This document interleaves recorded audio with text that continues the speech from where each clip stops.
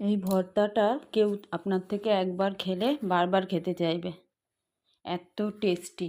প্রথমে কড়াইয়ে তেল দিয়ে দিলাম ছিমের বীজ। আমি কিন্তু বীজগুলো চোকলা ছাড়াইনি। বীজগুলোকে এবার ভালো করে ভেজে নেব। একটু ভালো করে কিন্তু ভেজে নিতে হবে তেলের মধ্যে। আমার ভাজা হয়ে গেছে, আর তার মধ্যে আমি একটু লবণ আর হলুদ দিয়ে নিয়েছি। এবার এটা তুলে নিলাম।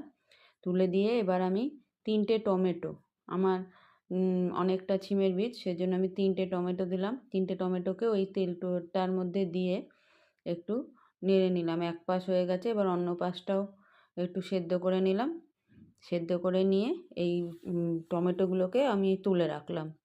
এবার আবার কড়াইয়ে কিছুটা তেল দিয়ে দিলাম।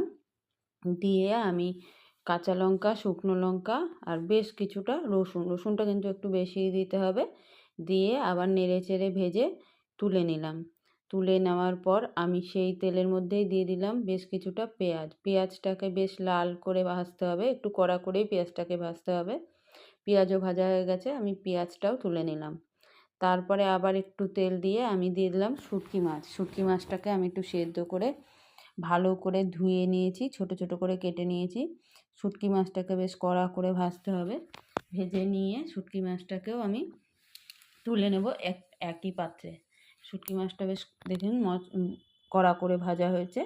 এবার শুটকি মাছটাও তুলে নিয়ে সমস্ত যে জিনিস, এই জিনিসগুলোকে আমি একসঙ্গে মিক্সিতে বেটে নেব। আমি টমেটোর ওপরের কভারটাকে ফেলে দিয়েছি ঠান্ডা হওয়ার পর। ভর্তা তৈরি হয়ে গেছে। এবার আমি কাঁচা পেঁয়াজ, কাঁচা লঙ্কা, ধনেপাতা আর কিছুটা কাঁচা তেল দিয়ে এই ভর্তাটাকে মেখে নিয়ে পরিবেশন করব। একবার এইভাবে করে দেখবেন, খুব সুন্দর হয় খেতে।